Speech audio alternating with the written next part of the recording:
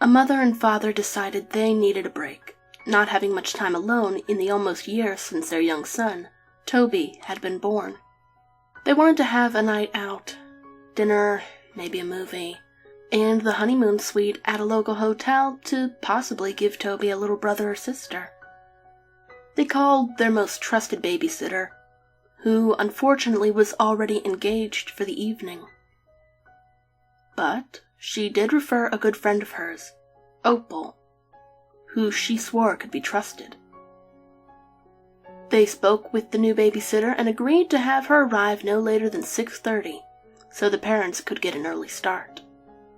As the parents got ready to paint the town red, Toby lay on the floor, gnawing on his teething ring in the den off to the back of the house.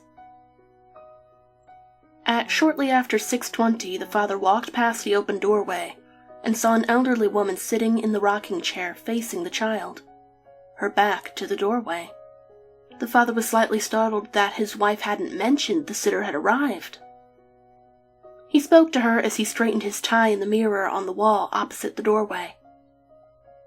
"Oh, I'm sorry. I didn't hear you come in. We appreciate you coming on such short notice. My wife put some chicken in the oven for you. The number for the restaurant and hotel are on the counter if you need to reach us. We'll be home around 9 tomorrow morning. Goodbye, Toby. I love you." He hurried down the hallway as his wife was coming down the stairs. Meeting him at the bottom, his wife asked, "What were you saying, dear?" "Oh, nothing. I was just giving the sitter instructions. Now we should hurry so we can make our reservation on time," he replied, grabbing his coat as he unlocked the front door. They went to the car and were in such a rush that they didn't notice another car pull into the driveway just 15 seconds after they pulled away. They proceeded to have the best night out they could remember.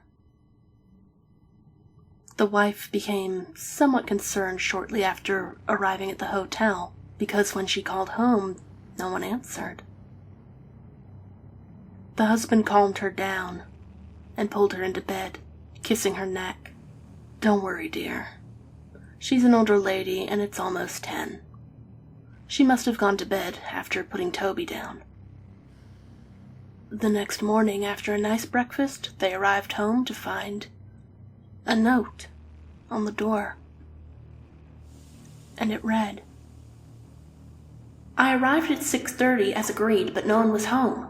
If you had made other plans, I would have appreciated if someone had called me. Opal." The husband gave his wife a confused look as she put a hand to her mouth, and her face turned white. She threw open the front door, calling out for her son. There was no reply. In fact, there was no sound at all in the house. Just the smell of some burned meat. She ran up the stairs as her husband raced back to the back of the house to find the kitchen full of smoke. He turned off the stove and used pot holders to grab the smoldering pan of charred meat and drop it into the sink. His wife came into the kitchen, crying into her hands. "He's not here. Toby's gone. She took him." The husband then took her in his arms as she cried. It was then that he noticed blood on the lid of the trash can. A pit formed in his stomach as he left his wife and opened the trash can.